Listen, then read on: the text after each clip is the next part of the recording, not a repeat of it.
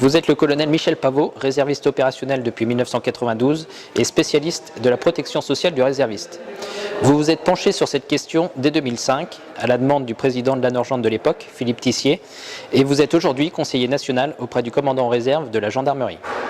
Mon colonel, qu'est-ce que la protection sociale du réserviste ?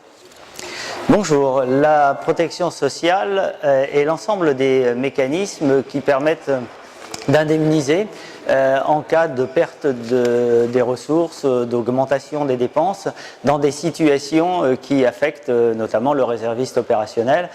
Citons par exemple tout arrêt de travail, situation d'invalidité, qu'elle soit temporaire ou définitive.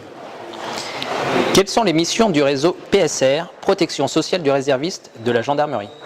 Alors le réserviste opérationnel a le double statut militaire et civil à la fois, donc son régime de protection sociale peut s'articuler au travers de ces différents régimes, et c'est la raison pour laquelle lorsque le réserviste opérationnel est en mission, il faut bien identifier ses droits, c'est-à-dire le droit à réparation dont il peut bénéficier par l'État.